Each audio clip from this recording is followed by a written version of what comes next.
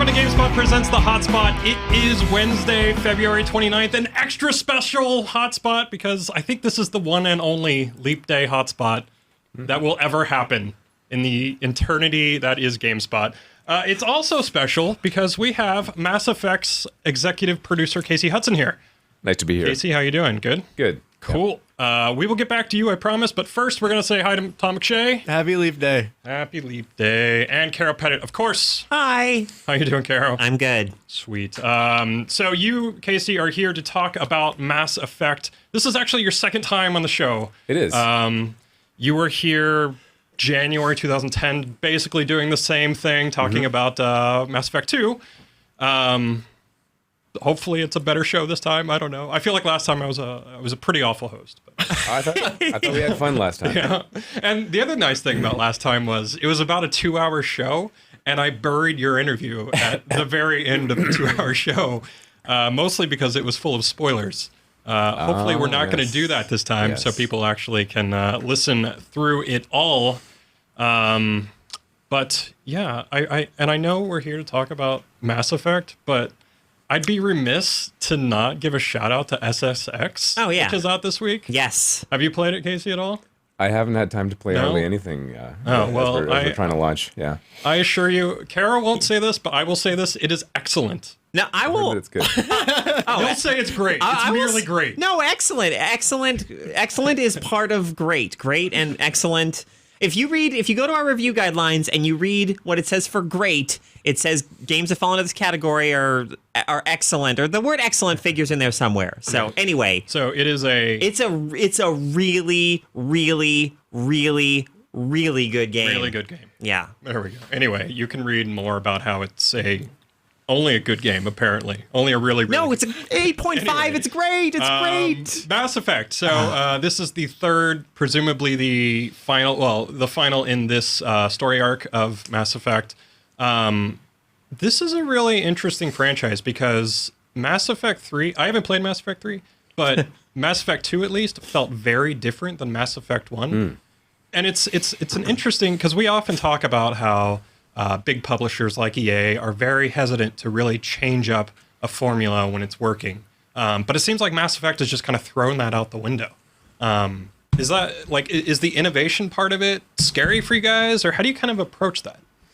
Well, I think we try to look at it in terms of pillars.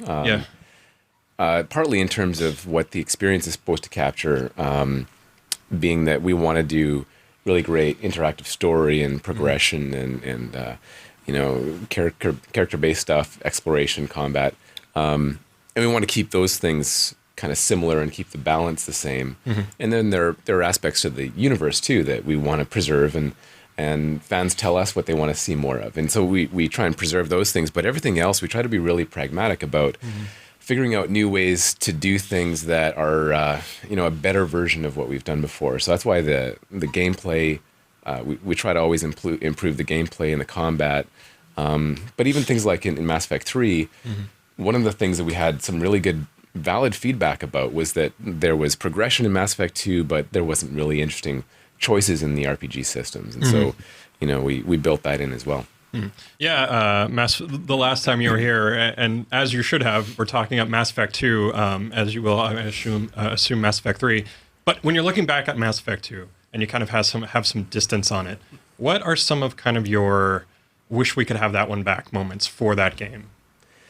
For Mass Effect 2, I mean, some of the things they were doing for 3, I think, would have been nice in 2, because the combat and the gameplay and movement and aiming, all of those things really come full circle in Mass Effect 3. It just feels so fluid, and so once you start playing Mass Effect 3, whether you consciously know it or not, if you liked Mass Effect 2, this is a really big improvement still. So there are things like that. I think we really benefit now from the deeper progression systems and stuff like that would have been cool in 2. But each game ends up being kind of right for the time and the very best we could have done at that time with what we had.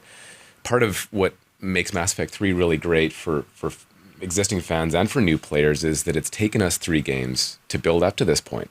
We couldn't have made Mass Effect 3 had we not been working on this technology and developing skills and things for 8 years to get to this point.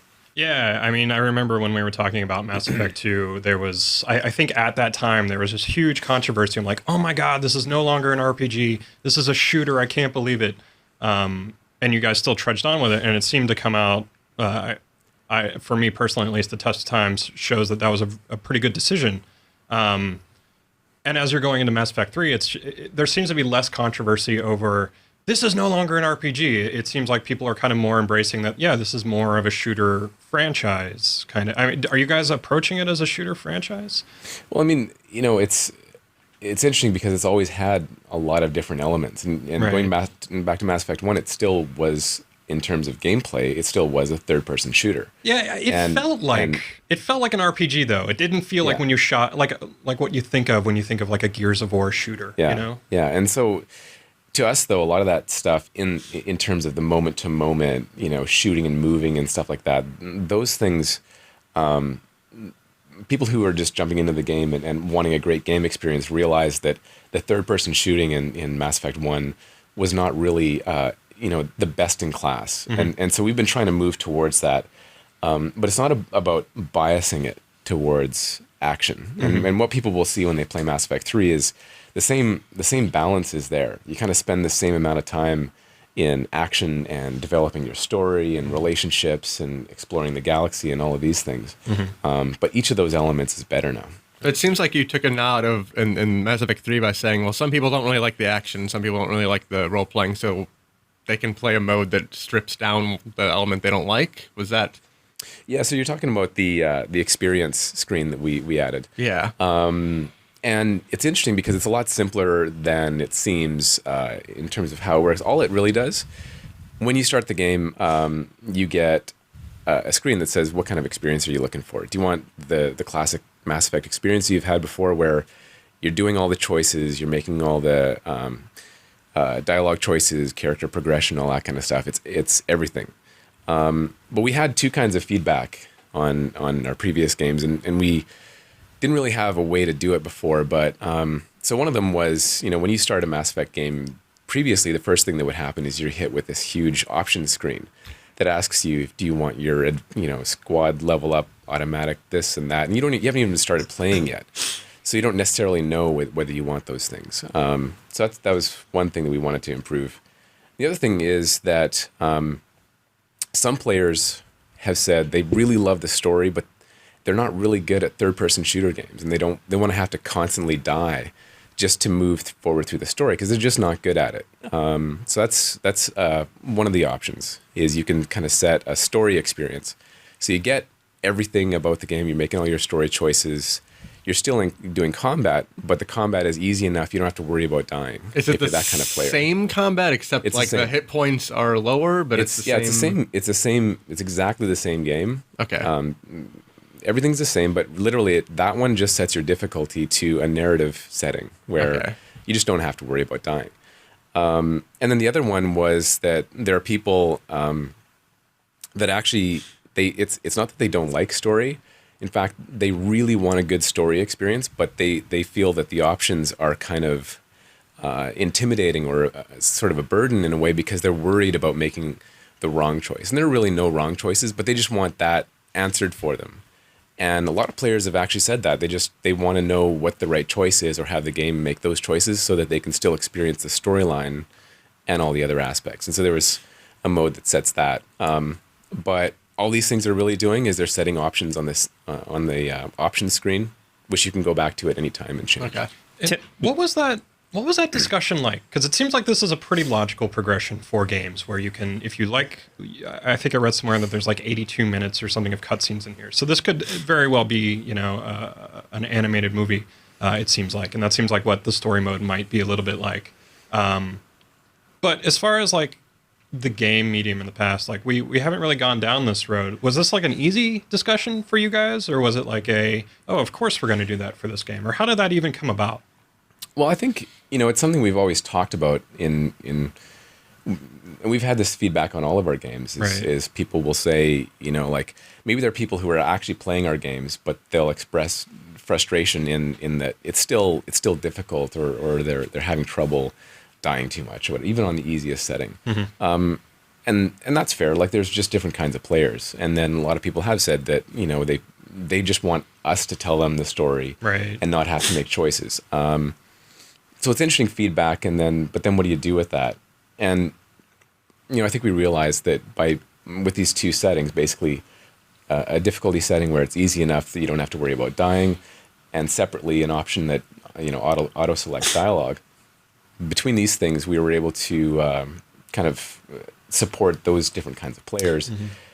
But it is the same game. It literally is the same game for everybody. It's just setting a few things on your option screen, which you can change later. Do you think this is going to be something that BioWare does, like, just going forward? Like, do you guys have a positive experience with how it came out?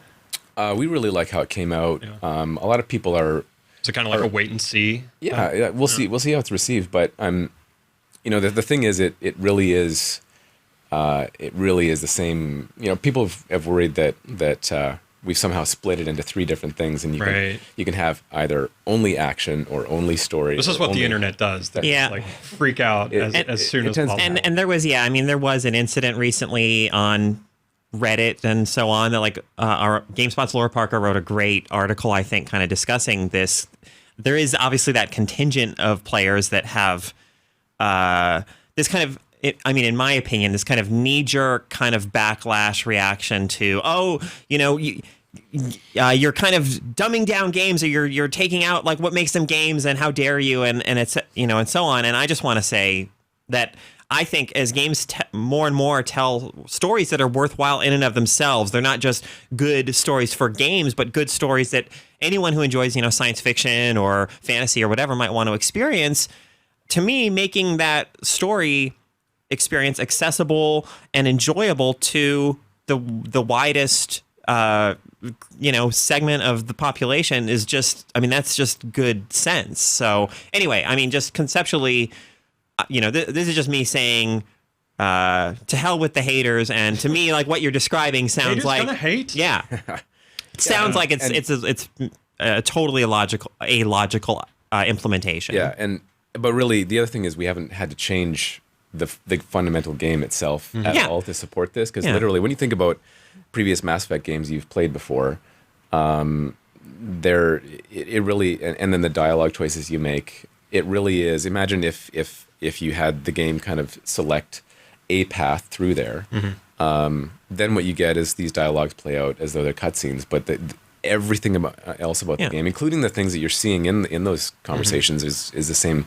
So it's not like we've had to change what it is, so that if you want the same kind of experience you've had before, then you're not going to get that, because that is actually how it works. Is it's the same experience that you're hoping it would be as a continuation. So when you auto select dialogue, is it the same every time, or is it randomized? And does that mean that there's like a canonical? Yeah, we wouldn't call it canon, because we have a rule that I keep reiterating on the team, that there is no canon in Mass. There's no canon choice.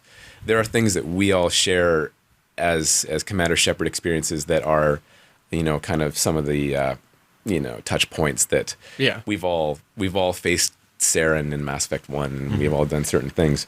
But the choices that you make are never canon. And by making that kind of a rule on the team, then if we do a comic book or something like that, then we can make sure that we never assume that the something has happened in the IP that you didn't do, or that what you did as a player conflicts with that. Well, that kind of brings up there was like some kind of controversy of something recently where, like, the Mass Effect novel was somehow different than something in the game. I can't remember exactly what it was, but is that kind of feeding into the idea that this is just one interpretation of the reality of the Mass Effect franchise, or are things in the novels canon? Or yeah, the thing with the novel, there are many facts that get run through in a novel that it touches on.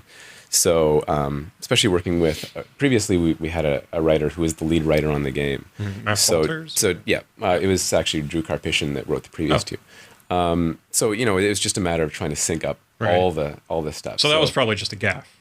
In most cases, it was just something that was, it's a little bit different, or sometimes it's a wording, like, for example, describing the Citadel as being star-shaped, and it's arguably from the front it looks that way, but for fans, we want to make sure that we do get everything right and that it never conflicts with what you've done as a player is kind of the rule. So we're even changing those things for the next printing of the novel. Yeah. So going back to what I asked before, do you randomize the choices when people select that option, or is it the same every time? It's going to be the same every time based on a path that our writers have chosen for a good Commander Shepard path. But again, they're no Can you wrong. choose Paragon or Renegade? Can you choose like anything like that, or it just always goes through Paragon style? It always goes through. There are, however, some key story choices that if it's a major kind of path split in the story, even in that mode, we let you choose. And I believe in that option, you still have interrupts as well. Okay. So it's kind of a neat thing to do. I mean, the Mass Effect franchise is really interesting in the aspect, I guess, of it's one of those franchises that have been blown out way beyond games. Like you've got the novels, you've got the comics, you've got the DLC. How is it developing for that kind of thing? Like, how do you keep players on the same track? It's it is really interesting because I don't know if there's anything else that's doing, it's a buzzword, but I think it's something that we're doing for real in Mass Effect. Maybe unlike anything else you've got that's out there, Gears which is and Halo. They do something similar, right?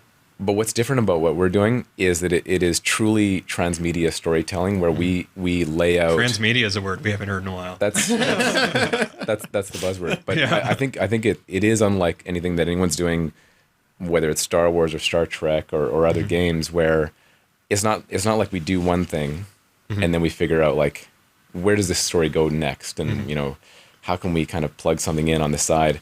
It literally is about, we have this overall story arc to the series, and then we plan out long in advance some of these long threads that will weave through into a novel, into a comic book, into a DLC, back into the main game. We introduce characters and other things that come into the main game story. So we are actually telling this story. And the other thing is that where we create this real estate that we tell story through is literally between myself and the lead writer, the lead designer. And so we're very much involved in planning this stuff out as a story that is actually told through different media. So it's like, if you only play the games, if you only play like the retail games, no DLC, no books, no comic books, do you miss out on any of the story in Mass Effect 3? No, it's not about missing out, but obviously, so an example would be we introduced the Elusive Man in the novels. Right. So that doesn't mean that when you get to Mass Effect 2, you don't know what's going on and who is this guy or whatever, but you do kind of get some backstory on him before you actually meet him in Mass Effect 2. Is there any desire to kind of, like in Mass Effect 3, somehow wrap in everything, all the novels, all of the DLC, all of that story into a, like, hey, if you want to, this stuff has been out for a while, and if you want to catch up, bam, here it is. Like, here's the menu option to access the Mass Effect novel or something. Is that attractive at all, or does that kind of go against what you're trying to do? Well, I mean, we look at Mass Effect 3 as something that we try to constantly remind ourselves that it still has to be a story that stands on its own, and so, especially with this third one, there's a tendency to make a lot of assumptions about what the player knows, and even in terms of previous games, just like to hit the ground running, and all these characters show up that you have to know, and information that you have to remember and stuff. We wanted to remind ourselves that that's never a good way to tell a story anyway, even if your audience does know everything right from the start. Because some people, even if they're huge Mass Effect fans, they might not have played Mass Effect 2 since it came out. And so you still want to kind of tell a great story that has a beginning and a middle and end. Do you count on people going to the Wikipedia page and be like, and then you also did, because that's exactly Sometimes what we I have did. to go to the Wikipedia page. Yeah, right. So, I mean, no, we literally, we try to approach it as it's got to be a great standalone story. It's got to raise a lot of really great questions in the story, and then let you answer those questions and see the resolution. And that really is what Mass Effect 3 is about more than anything, is giving you closure and resolution to all of these big things, whether it's the Prothean story or the Reapers or being in the driver's seat for deciding how entire civilizations end up and whether they get wiped out or whether you save them. Yeah. So the overall story, without getting into any plot specifics or spoilers or anything, but the overall story arc that will be sort of Shepard's journey for the trilogy. Do you when you were working on say Mass Effect 1, Mass Effect 2, did you have a kind of roadmap as to where you were going, the kinds of things you wanted Shepard to confront and deal with in Mass Effect 3? Is it more stuff that you made up as you went along? Did it evolve as maybe certain characters took on a life that you didn't expect them to, or what was that like? Yeah, it was. I think there's an approach that's kind of the best of all of those different worlds where we knew that we were building this new, science fiction universe, and we wanted to get really invested in it. We wanted players to know that they would be able to get really invested in it because it wouldn't just be a one-off game. There would be more. But we also knew that we wanted to give a really satisfying ending. So that's why, we wanted to do 3 games and tell a trilogy story and then really come through on an ending. So it's something to look forward to. You got more than one game, but also you can look forward to an ending that's going to satisfy you. And then we kind of laid out as we were writing the story of the first game, we laid out the kind of long threads that would go through the second and third games. And that kind of tells us where things are going, so that we don't have to make up all of the big, moving pieces in the other 2 games. But because it wasn't like, we wrote all 3 novels and then we brought the novels to life in a game or something like that. It wasn't on that level of detail. So we were able to do things like looking at what people really liked about Mass Effect 1 and developing some characters more or bringing in new characters and finding places for discovery. Like that was one thing that we found with Mass Effect 2 is a lot of people obviously people like new things, but they also I think there was an expectation that we would just bring back all the same characters. Mm-hmm. And when we started announcing all these characters we were introducing, there was some backlash because for every new character, they saw that as kind of taking away screen time from characters that they already liked. People just don't realize that it's not like a subtractive kind of thing. Is that? Well, to us though, we wanted to like fans wanted. We wanted to reproduce what they loved about Mass Effect 1, but part of what they loved about Mass Effect 1 was discovering new places and meeting new people. So we had to introduce new people in order to capture part of what people liked about that experience. And then now some of those characters are characters that people really want to see back in Mass Effect 3, even the ones that initially people didn't like. Yeah, one thing you said in there, it's like you're trying to plan out the entire Mass Effect storyline, but you guys have a penchant for killing characters. Like, how do you design a story when you don't know if a player is going to have this character alive or this character is going to be dead? Or that does make it difficult. I can imagine. Yeah, it makes it really difficult. But it is also kind of the ultimate in consequence. Yeah. As a player is. I mean, is it just more work for you guys? Like you have to put down like, oh, okay, if this is what it is, then we have to design the game for it. Yeah. It's a lot more work. Yeah. Are there any shortcuts that you can kind of take? Well, I mean, there's a whole spectrum. I mean, like there are things that happen in Mass Effect 2 where there's a consequence, and then later there's it's built into emails and stuff that you get, which is kind of a lighter way to do it. And then, but there is a whole spectrum all the way up to the fact that the end game choice that you make in Mass Effect 2. You can kill Shepard, right? Shepard can die. Shepard can die. Yeah. But even the choice about what you do in the end, there's a specific large choice without spoilers. Right. That actually affects some of the things that you have access to in the final hours of the Mass Effect 3 story. I see. And so those are some of the bigger ones that, they do take a lot of work. How do you reconcile the fact that Shepard can die? Like, I know how you did in 2, or the end of 1, where you kind of regenerate him, but... It's really easy because you don't have your endgame save to import into Mass Effect 3. Right. Because it's Shepard's story, so if Shepard dies, well, your trilogy story was 2 parts long. And now you just have some... And the interesting thing about that, though, is that I think it literally is, because we have the the achievement data and stuff to look at, and I think it's somewhere on the order of around only 2 or 3% of the playthroughs had their Shepard die, and I think it's mostly you actually have to try to get Shepard to die. So it's more just like what actually will happen. Yeah. But I've already played through this game and know that I have. Yeah, so I don't think anyone's going to be stuck with like a dead Shepard. I'm really passionate about importing Mass Effect 2 to 3, but my one and only playthrough, Shepard's dead. Yeah. So with the Arrival DLC, it was kind of a bridge between 2 and 3. Like, how does that work if you didn't play the Arrival? It just it treats that situation differently. Does Mass Effect 3 know if you've played it or not and adjust accordingly then? It does, yeah. Okay. It knows what DLCs you've done, what decisions you made in those DLCs, anything that you've done previously, including the new game. Like if you're starting it as a new player and you're not importing a game, that's one really cool thing about that we can do, because it's not a movie and it's a game and it has an interactive story. We can change the story based on the fact that you're a new player. So if you're importing a save, characters that kind of walk into the storyline, whether it's at the beginning or at any other point, they can walk in as though they know you.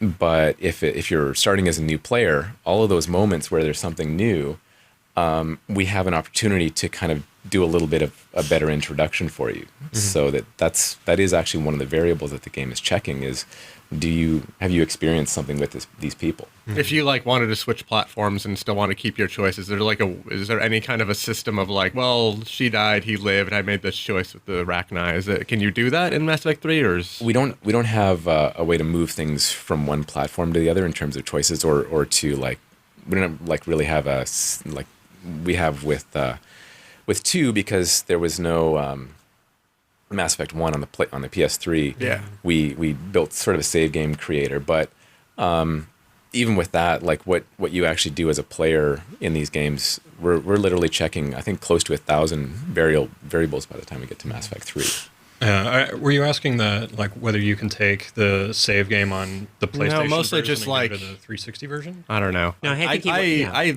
lost my save after Mass Effect 1, so I only played 2. I was wondering if there's any way I could. I mean, I like actually more than right now. Or are you just? I was just wondering if you had any kind of system. You're like, I got the executive producer here. No, I was just wondering if there's any way to like make those choices and like flip some switches so you get like these people living and these people dying. See, this is one of the reasons why we do telemetry, for example, and so it's you can as people are playing, we can see choices and how long they've played and stuff, and it's anonymous, so we don't know who's doing what, but we can at least say that, for example, like we can find out how many people are importing their games, and how popular that was.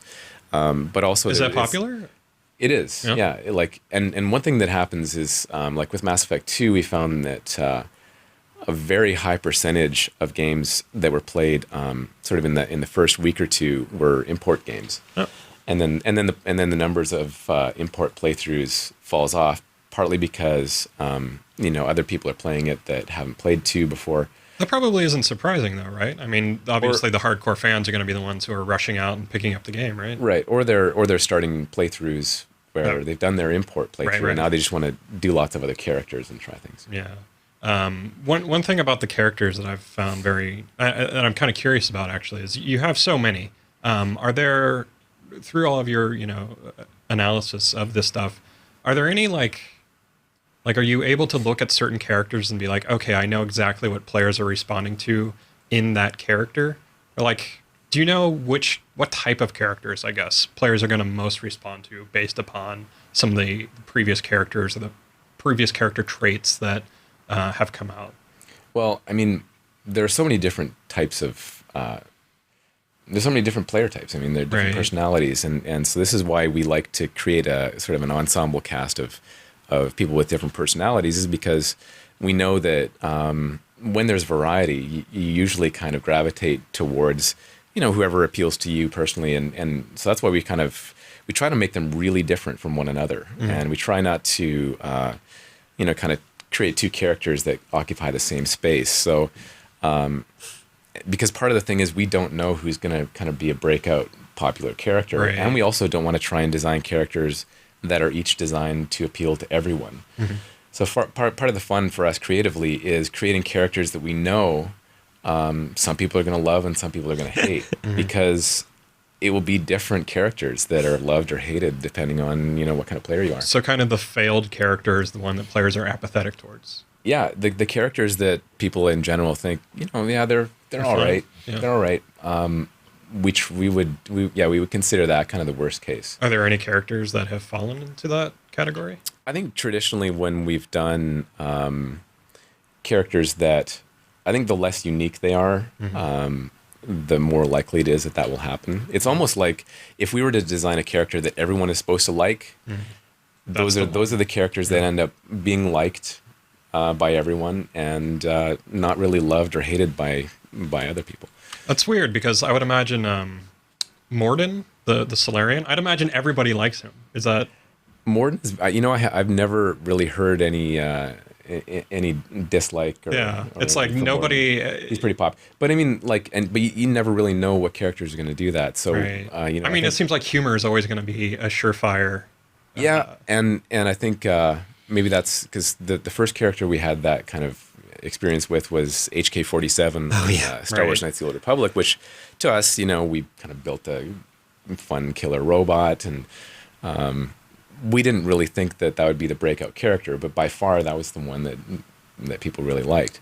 So that kind of reminded us to make really interesting characters that were very different from one another, and see what people like. All right. So two of the most controversial things with Mass Effect 3 are Kinect and multiplayer. Which do you want to talk about first? Either of them. Either? Yeah. All right, let's go with Kinect. Are you guys happy with how that is played out? Yeah, we're really happy with how it's played out. Partly because it ended up being something that is not what people are worried that it is, that it's some kind of gimmick thing. It actually, as game designers, it allows us to do something very simple, which is to take something you can do in the game and hook it up to something that the player can say. Yeah. And we've done that only for things that, if this was a real situation, you would actually use with your voice. Yeah. Like commanding your squad, telling them by name what to do, which you would do with your voice, or in conversation, and actually having a conversation by speaking with people. Yeah, it seems like you'd really have to nail there are a lot of mumblers in our society. So how difficult has it been what kind of process went into making sure that when somebody says something, they don't say something else totally? Because I can imagine somebody being completely pissed off if no, that's not what I said at all. What are you guys doing?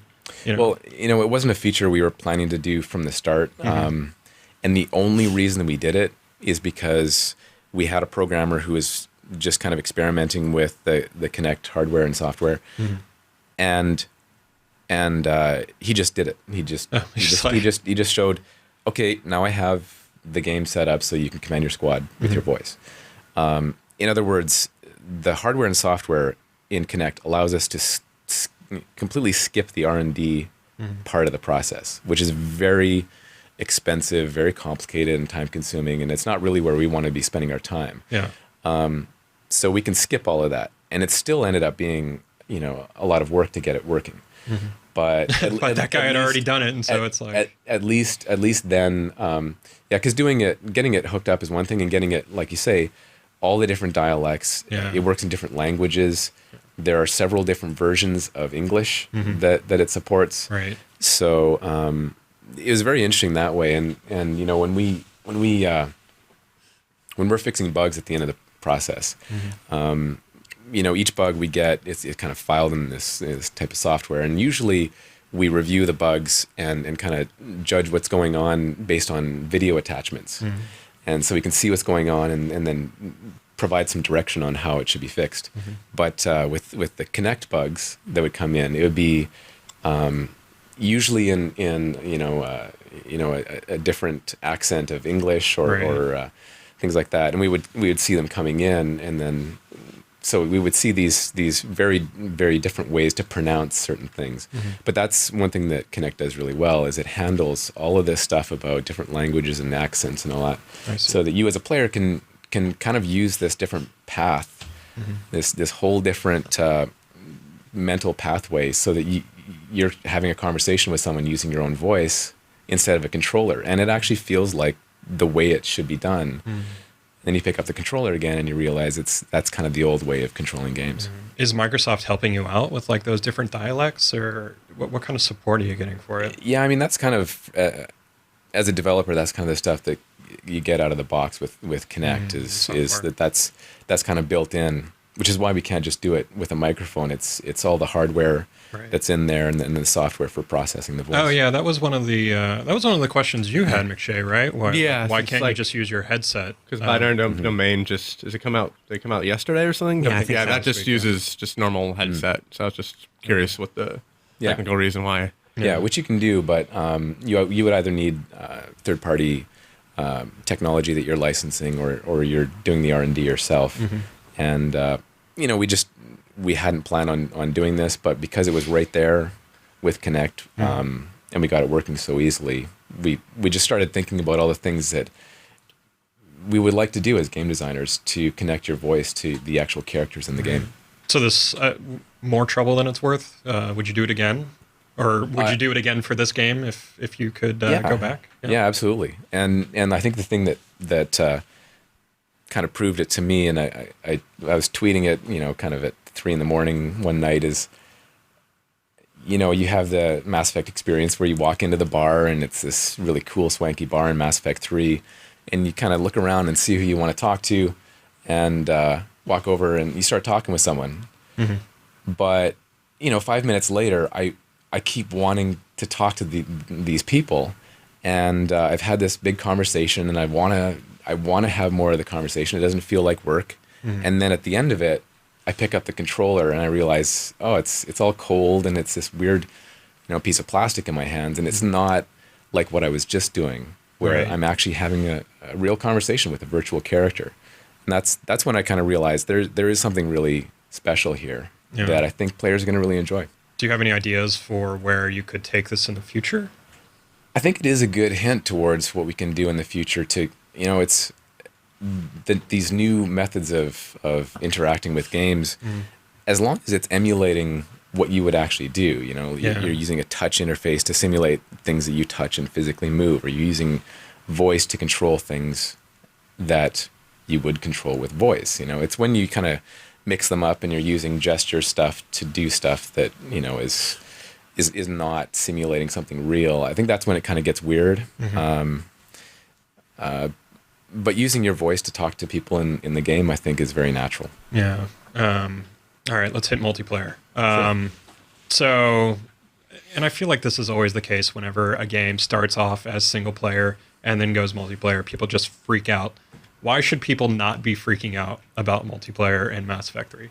I don't think people are freaking out anymore, because the demo's been out, and we've had literally millions of downloads of the demo, and people are having a blast on it. I think there are certain trigger words for people that if you fear the worst and then you hear that, it's like you got to assume that it means something bad's happening. And so, especially in a very story-based single-player game, I totally understand why people would worry about what multiplayer means, because it doesn't mean everyone's Shepard running around death matching each other or something like that. And there's a lot of ways that it could go bad. That's why we haven't done it until now, is that we didn't have the kind of in fiction reason for what you're doing.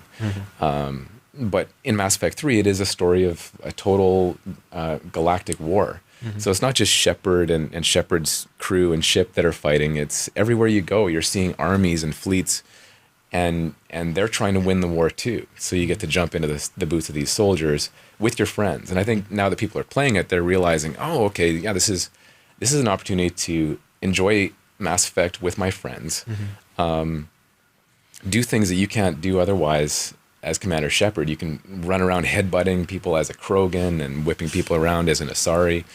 Be that character, and you're playing with your friends that are across the country or around the world, and you're inside the Mass Effect universe. Was there any was there ever any thought to bringing like the co-op experience to the single player campaign?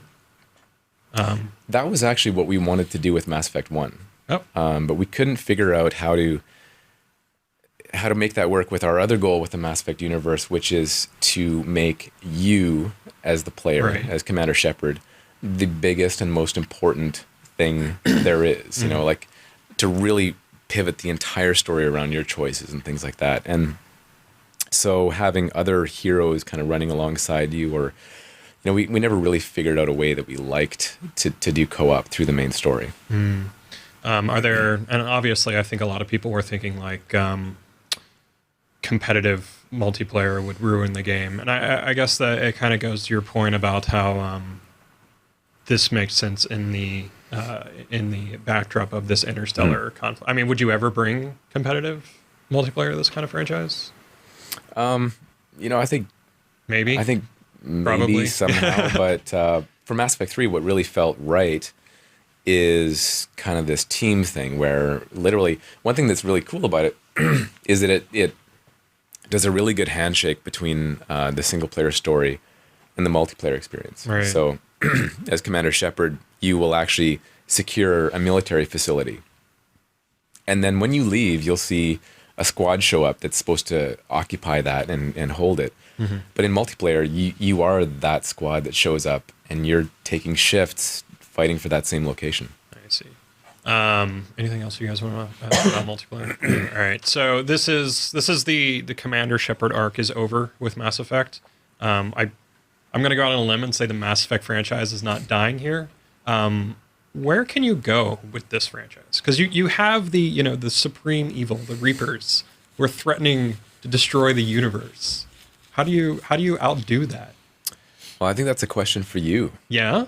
What did And you as players. as players? All right. I think we really want to find out what people think about the Mass Effect 3 experience, and once people have played Mass Effect 3 and they have time to reflect on it, what do you want more of? And I think we've always, as part of the reason we wanted to do it as a trilogy, is that there would be an end and then a time for reimagining what people want out of it. Right. And so that's kind of what we're going into next. Is we don't have specific plans for it yet, but it's partly because we want to hear what players want to do.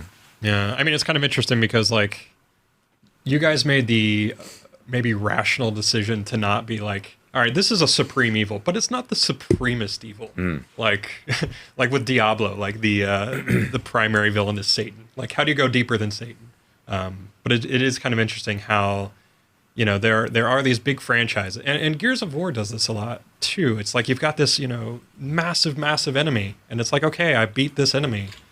Where do I go? What do I do next? I guess I'm thinking like I cannot answer your question. Well, I think part of it though is that one of the things people love about the Mass Effect universe is just the universe itself. There are game franchises or things in other media that are very much about the character, and Mass Effect has been about Commander Shepard. But I think a lot of what people like about the Mass Effect universe is like just, wouldn't it be cool to live on the Citadel? Wouldn't it be cool to visit these different places? Well, it's kind of interesting also because BioWare's actually kind of answered this question with like Knights of the Old Republic, where in the Star Wars universe you go back 3,000 years. I don't know. Is that like? Do you guys look at it in this? Okay, we have this entire timeline to play around with. Yeah, I mean, we know kind of what the timeline looks like, and we can find opportunities there. But that might be part of it, is that because it's a world that people are interested in exploring and just being in.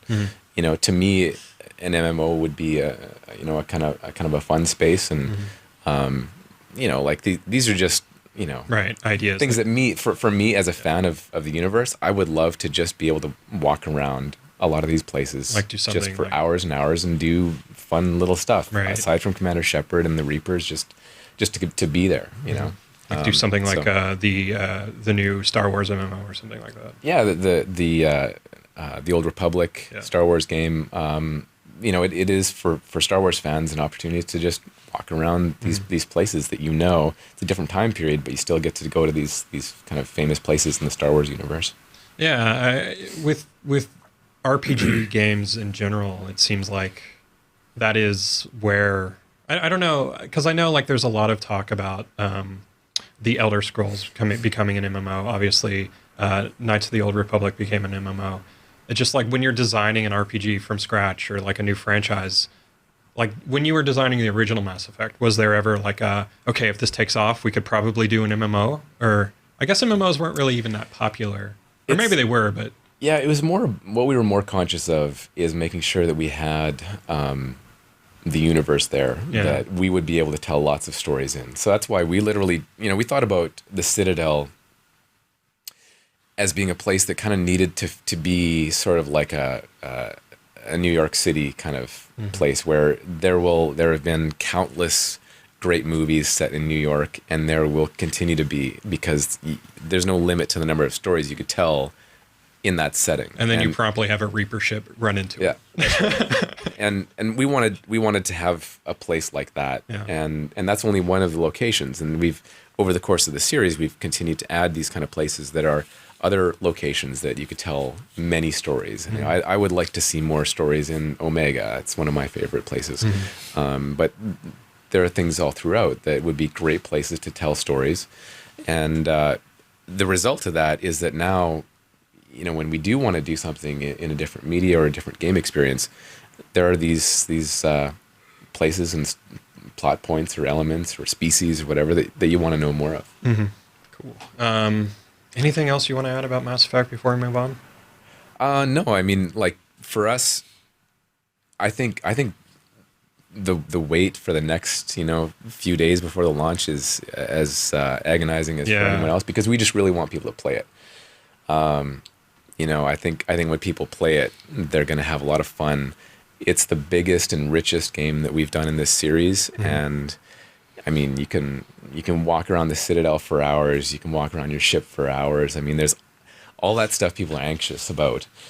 Whether it's there or not, it's there in Mass Effect 3, and we're just really excited for people to try it out. Yeah, I've been watching our games guide editor play it, and he seems to be having a lot of fun with it. So it's probably good. It's probably at least as good as the other two. Okay, we're going to move on to 10 years ago this week in reviews. It's a weekly segment we do where I give you a score and kind of a vague outline of the game, and you try to guess the game.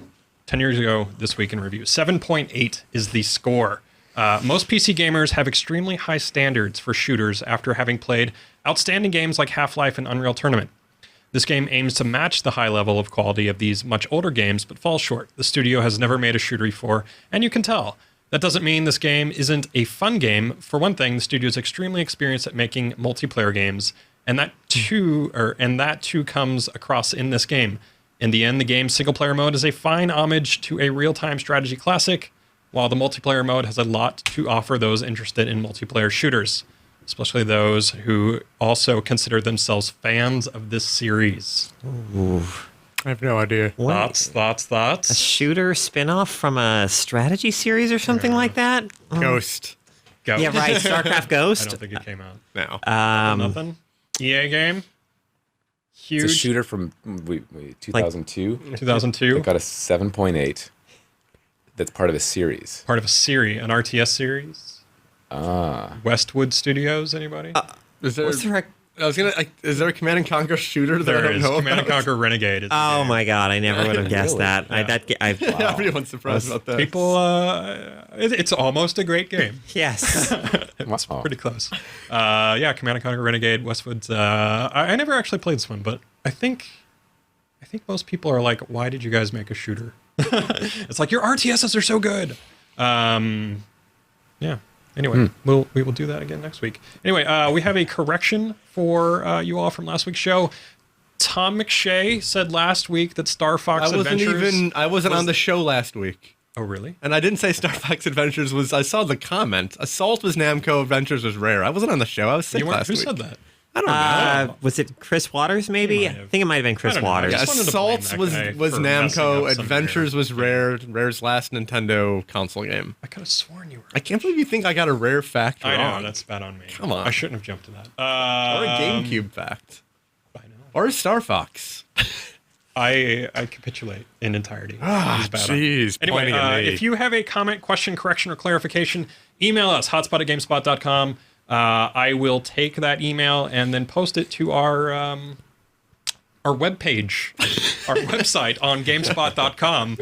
You can go somewhere up here, I think, is a pull-down menu, and you can find the hotspot, and I will post it there. Feel free to send us GIFs. I like GIFs. Make it GIFs, funny. maybe? GIFs. Or Is it or GIF? jars of peanut butter? Or jars of peanut butter. I don't care. It's, as long as it's tasty and or looks pretty, or not so pretty, because we've had some of those. Housekeeping. Oh, no. Reviving Pop Quiz Hotspot for this week, probably only. It was a very good question, and I thought it'd be awesome to ask it because Casey is here. Pop Quiz Hotspot. And this comes from Samantha B., probably not the Daily Show correspondent. Oh, darn. Okay, that's okay. What is the name of the squad member who can die first in Mass Effect 1? Ooh, I don't even. Who can die first? Die first in Mass Rex. Effect 1. Not Rex. Casey, any idea? Oh, I know this one. Oh, you do? I would Yes, hope so. of course, What is it? of course. I'll give you a hint. I know who it is. I've got You know the who it answer. is? You can You give guys- them a hint. Yeah, give us a hint. Okay, so he dies real fast. Okay. He's essentially, he's literally the red shirt. He's the red shirt. of He is the red shirt. Mass Yeah. Effect universe. Then I'm afraid I don't know his name. I think I vaguely recall this happening, but yeah, he did not make enough of an impression on was me. it? Richard Jenkins. Richard Jenkins. Richard Jenkins. exactly. You land on the planet. Yeah. He kind of runs up ahead and dies. Yeah. Oh, so he's not actually a squad member? He's very enthusiastic. No, he's a squad member. Yeah, he's with you for the first 5 minutes of Eden Prime as you run up ahead. Right. Him and Caden. Right, Caden. And then he dies. He dies real quick. Oh, I didn't even remember that. That's awesome. Now, I remember the scene. I didn't remember That's a his good name. question because I don't know if we ever went back and kind of really honored him in Mass Effect universe because he definitely died first casualty of the Reapers. Probably like spray paint or graffiti his name somewhere in the Citadel or Yeah. something. He will be remembered. Okay, sorry, Sam. You failed. Mostly because you had the deck stacked She against you. totally stumped everyone Yeah. but the guy who made the game. Yeah. That seems That's a victory I right don't know. there. That's my fault. She's her the a one good who question. asked the question. Send her a box Very of good crap. question. All right. She deserves that Sam, much. I may send you a copy of Mass Effect 3 when it comes out. Whoa. Oh, can I have? I'm expensing it. I can't expense anything that I send you. Oh, fine. That would get us both in trouble. Anyway, a little bit of housekeeping to our one listener in Turkey who added the hotspot as a favorite on SoundCloud. We heart you as well. I don't know. So we have one guy in Turkey, one guy in the US, and one guy in Canada. Check us out on SoundCloud. I don't know. It's where we post the audio only version of this show. Programming note: next week is going to be bonkers. I have lined up a ridiculous hotspot panel the whole week, Tuesday, Wednesday, Thursday, and Friday, and maybe next Monday. You will be getting hotspots with GDC award nominees stocking the panel. So on audio, the audio panel, Tuesday, it'll go up probably 6 o'clock Tuesday. We have Darren Korb from Supergiant, who did Bastion, Kenny Young from Media Molecule, Jay White from EA Visceral, who did Dead Space 2, and Mark Lampert from Bethesda. That'll be Tuesday. Wednesday, we have Keith Garrett, I think I'm saying his last name right, from Naughty Dog, Uncharted 3, Matt Carofano for Skyrim, and then I had some problems with this panel. So I also got Mario von Rickenbach, who is up for an IGF the game Mirage. It kind of has that Salvador Dali-esque weird art style to it. So that'll be cool.